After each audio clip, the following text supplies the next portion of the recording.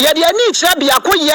electoral area na so say district ho e wo oti region bottom ho no wo bukro ba ko a ye fra no rara na rara ho no mo na ye nya ne nte ye se omafo ho no mo no residents omafo ni nyina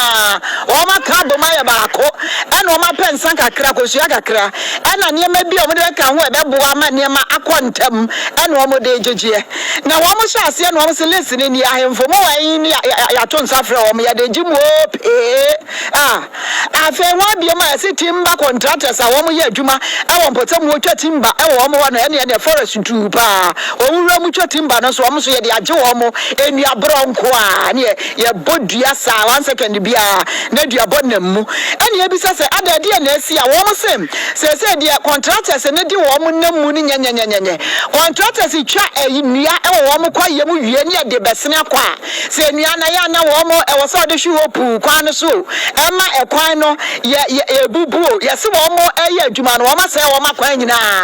ena contractors ne so ntimi nya adwuma wa bra se be previous na nanom nim ho hwe eti na nanom ayan hwe han ena ama wo ma japade a ye akwan wo mo de ka be fa so no contractor wo be ye na adwuma atwam akono wo se ne de ma wo mo ntini wo ma maso bi e de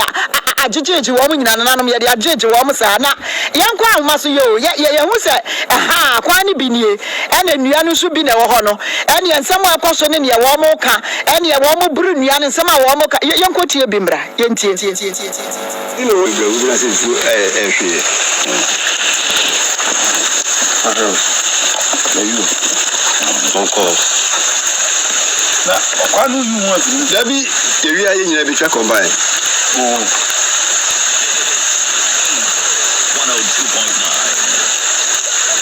Mama chire mo fanche ya hefo nyina mo amutie wo radio so no se ya we aye omafo a wo mo wompotem ho ra nsu ato kwan mu nye wo mo wompotem ho no a wo mo bodua no e na ba ko hye ba ko nsa just wa fa glass na no glass okay glass and wo hie ensa na gumo e na ba ko de bodua e na obi san se o na ye be ka ne no so ye wi a nyina ye be hye ho na ye twa bi agusu e na nam nya twa bi ni akoye ni ye ntie duabo na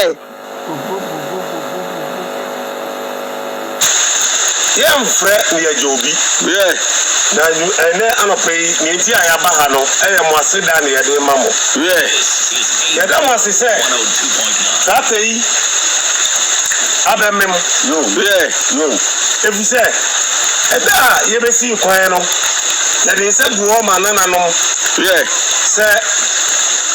se contractor oye adwuma wo ye kwan so asemo aye be ka no wantia so ya so blachi a omo fa ha omo ntim ampa nana no mwanyi ya no esi bone ye hu se mwaye na mwaye ama na buru so ama enu ti nana no ye da mwasio ye di obiom ene se raramai ye nsem ahodo egu ye ni mu ase ebi ni okwan yasem say ye penny ye ne binum esusu say bi ye mfata ye nse enu nti ye san de adesrede e mamo say openyi bia oni contractor yi be kanana say affiliate mu no omu metu emfiri ha no sa openyi no na no moto mo pia esi ni so we monica sa tayi a akawa hai 102.9 adichi bia emmem aya na mo mienu we na wochi a ebeba no na yira kura afiri ha nananum yeda masi ni esa asere bi onye okwan ne so attract wo mpija wo okwan no ene di nsama hodo a yenim no epie ba omo a mo prara man yie nananum mo omo don bibion baby yankoso omo ni pa bonia wo pese rara man bo omo yefunu nti no nananum onchi mo pia anko omo so munku omo nyina yentu sabi yare ani edro anka omo na omo na rara man enfa na to mapa enfra isaya ye gui ya ye hie yenkwa ya kwansa yenuanum a omo abrochire wo enkran wo manane bebia omo waje pama rara omo ye bibia enkoso oni pa body for die ni die ni mo Monica. This is Angel 102.9. Enti dia bona wie enini enti wo ma wie o ma bodua ni nyina wie